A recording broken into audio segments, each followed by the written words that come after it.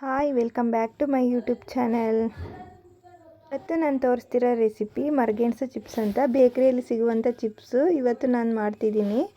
ಇದು ಎಲ್ಲ ನೋಡಿರ್ತೀರ, ಒಂದ್ಸಲನೂ ಟ್ರೈ ಮಾಡಿಲ್ಲ. ಈ ರೆಸಿಪಿ ಒಂದ್ಸಲ ಟ್ರೈ ಮಾಡಿದ್ದು ನೋಡಿ, ತುಂಬ ಚೆನ್ನಾಗಿರುತ್ತೆ, ತುಂಬ ಟೇಸ್ಟ್ ಕೂಡ ಚೆನ್ನಾಗಿರುತ್ತೆ.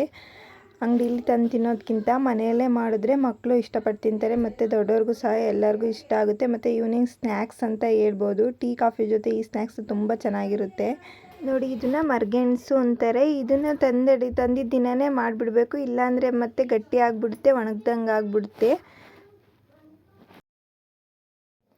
ಇದರಲ್ಲಿ ಮಣ್ಣು ತುಂಬ ಇರುತ್ತೆ. ನೀಟಾಗಿ ಒಂದು 3-4 ಸಲ ತೊಳ್ಕೊಬೇಕು. ಮತ್ತು ಇದನ್ನು ಸಿಪ್ಪೆ ಎಲ್ಲ ಎರಿಯೋದಕ್ಕಿಂತ ಈ ಥರ ಒಂದು ಚಾಕು ತೊಗೊಂಡು ಮಧ್ಯದಲ್ಲಿ ಈ ಥರ ಓಪನ್ ಮಾಡಿಕೊಂಡು ಈ ಥರ ಸುಳಿಯೋದ್ರಿಂದ ಸಿಪ್ಪೆ ಎಲ್ಲ ಮೇಲ್ಗಡೆ ಇರೋ ಸಿಪ್ಪೆ ಎಲ್ಲ ನೀಟಾಗಿ ಬಂದುಬಿಡುತ್ತೆ. ಇದರಲ್ಲಿ ಮಣ್ಣು ತುಂಬಾ ಜಾಸ್ತಿ ಇರುತ್ತೆ, ಚೆನ್ನಾಗಿ ತೊಳ್ಕೊಬೇಕು. ಇದನ್ನು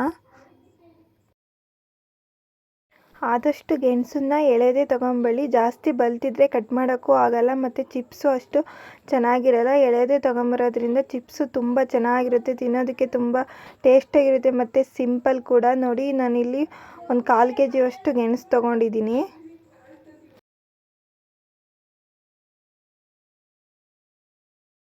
ಈಗ ಸಿಪ್ಪೆ ಎಲ್ಲ ತಗೊಂಡಾದ್ಮೇಲೆ ನಾನು ಇನ್ನೊಂದು 2 ಸಲ ತೊಳೆದು ನೀಟಾಗಿ ತೊಗೊಂಡಿದ್ದೀನಿ.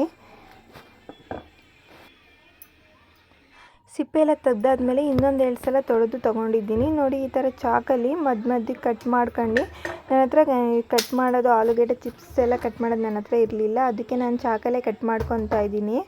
ಇದು ಕಟ್ ಮಾಡ್ಕೊಳ್ಳೋದು ಒಂದು ಸ್ವಲ್ಪ ಟೈಮ್ ಹಿಡಿಯುತ್ತೆ, ಅಷ್ಟು ಬಿಟ್ಟರೆ ಇದು ತುಂಬ ಬೇಗ ಮಾಡ್ಕೊಬೋದು. ಈ ಥರ ನೀಟಾಗಿ ಸಣ್ಣದಾಗಿ ಕಟ್ ಮಾಡಿ ಇಕ್ಕೊತಾ ಇದ್ದೀನಿ. ಇದು ಮಾಡೋದು ತುಂಬ ಈಸಿ. ಆಲೂಗಡ್ಡೆ ಥರ ಅದು ಸ್ಲೈಸಸ್ ಎಲ್ಲ ಕಟ್ ಮಾಡ್ಕೊಂಡು ನೀರಲ್ಲಿ ತೊಳೆದು ಬಟ್ಟೆಯಲ್ಲಿ ಒರೆಸಿ ಒಂದು 5 ನಿಮಿಷ ಬಿಟ್ಟು ಮಾಡಬೇಕು ಅಂತ ಏನಿಲ್ಲ. ಇದನ್ನು ಗೆಣಸು ತಂದಿದ್ದ ದಿನವೇ ಇನ್ಸ್ಟೆಂಟಾಗಿ ಮಾಡ್ಕೊಬೋದು, ತುಂಬ ಈಸಿಯಾಗಿ ಮಾಡ್ಕೊಬೋದು, ಮತ್ತು ಕ್ವಿಕ್ಕಾಗಿ ಆಗಿಬಿಡುತ್ತೆ.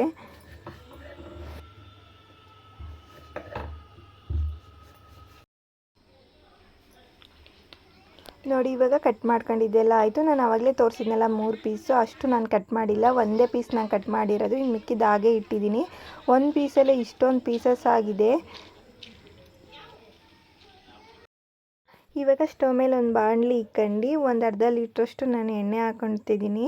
ಎಣ್ಣೆ ಚೆನ್ನಾಗಿ ಕಾದ್ಮೇಲೆ ಚಿಪ್ಸ್ ಹಾಕೊಬೇಕು. ಇದು ಆಲೂಗಡ್ಡೆ ಚಿಪ್ಸ್ ಥರ ಎಲ್ಲ ಬೇಗ ಬೆಂದ್ಬಿಡುತ್ತೆ, ಆದರೆ ಎಣ್ಣೆ ಚೆನ್ನಾಗಿ ಕಾಯ್ದಿರಬೇಕಷ್ಟೇ.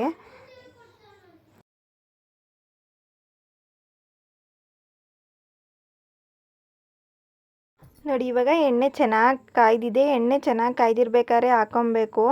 ಎಣ್ಣೆ ಚೆನ್ನಾಗಿ ಕಾದ್ಮೇಲೆ ಈ ಥರ ಚಿಪ್ಸ್ ಎಲ್ಲ ಹಾಕ್ಕೊತಿದ್ದೀನಿ. ಇದು ಹಾಕೊಂಡೋದಕ್ಕೆ ಒಂದು ಸ್ವಲ್ಪ ಎಲ್ಲ ಉಂಡೆ ಥರ ಆಗಿಬಿಡುತ್ತೆ. ಒಂದು 2 ನಿಮಿಷ ಆದಮೇಲೆ ಎಲ್ಲ ಬಿಡಿಯಾಗಿ ಆಗುತ್ತೆ. ಇದು ಹಾಕೊಂಡಾಗ ಮಾತ್ರ ಆ ಥರ ಇರುತ್ತೆ. ಒಂದು ಸ್ವಲ್ಪ ಲೈಟ್ ಗೋಲ್ಡನ್ ಕಲರ್ ಬರೋವರೆಗೂ ಇದನ್ನು ಬೇಯಿಸಬೇಕು. ಜಾಸ್ತಿ ಏನು ರೋಸ್ಟ್ ಮಾಡಬಾರ್ದು, ಲೈಟಾಗಿ ಗೋಲ್ಡನ್ ಕಲರ್ ಬಂದರೆ ಸಾಕು.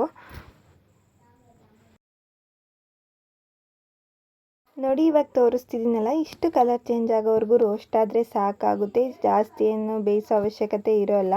ಮತ್ತು ಇದನ್ನು ಒಂದು ಪ್ಲಾಸ್ಟಿಕ್ ಕವರಲ್ಲಿ ಅಥವಾ ಒಂದು ಗ್ಲಾಸಿನ ಬಾಟ್ಲಲ್ಲಿ ಹಾಕಿ ಇಟ್ಕೊಂಡ್ರೆ 1 ತಿಂಗಳಿಂದ 2 ತಿಂಗಳವರೆಗೂ ಸ್ಟೋರ್ ಮಾಡಿ ಇಟ್ಕೊಬೋದು. ಇದು ಏನೂ ಹಾಳಾಗೋದು ಏನೂ ಆಗೋಲ್ಲ. ಮತ್ತು ಯಾರಾದರೂ ಗೆಸ್ಟ್ ಬಂದಡಿಕೆ ಕಾಫಿ ಮತ್ತು ಟೀ ಜೊತೆ ಸ್ನ್ಯಾಕ್ಸ್ ಆಗಿ ಕೊಡ್ಬೋದು. ತುಂಬ ಟೇಸ್ಟಾಗಿರುತ್ತೆ. ಈ ರೆಸಿಪಿ ಒಂದು ಸಲ ನೀವು ಮನೇಲಿ ಟ್ರೈ ಮಾಡಿ ನೋಡಿ, ಎಲ್ಲ ತುಂಬ ಇಷ್ಟಪಟ್ಟು ತಿಂತಾರೆ.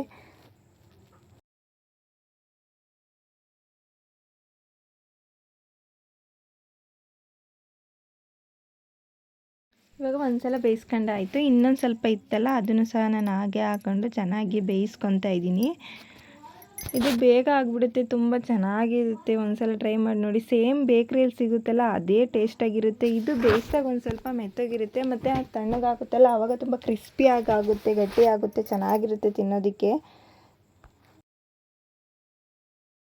ಇವಾಗೆಲ್ಲ ಎಣ್ಣೆಲಿ ಕರೆದಿದ್ದಾಯ್ತು. ಇವಾಗ ಒಂದು ಸ್ವಲ್ಪ ಉಪ್ಪಿನ ಪುಡಿ, ಒಂದು ಸ್ವಲ್ಪ ಖಾರದ ಪುಡಿ ಹಾಕ್ಕೊಂಡು ಚೆನ್ನಾಗಿ ಮಿಕ್ಸ್ ಮಾಡ್ಕೊತಿದ್ದೀನಿ. ನಿಮಗೆ ಬೇಕಂದರೆ ಒಂದು ಸ್ವಲ್ಪ ಚಾಟ್ ಮಸಾಲನೂ ಸಹ ಹಾಕ್ಕೊಬೋದು.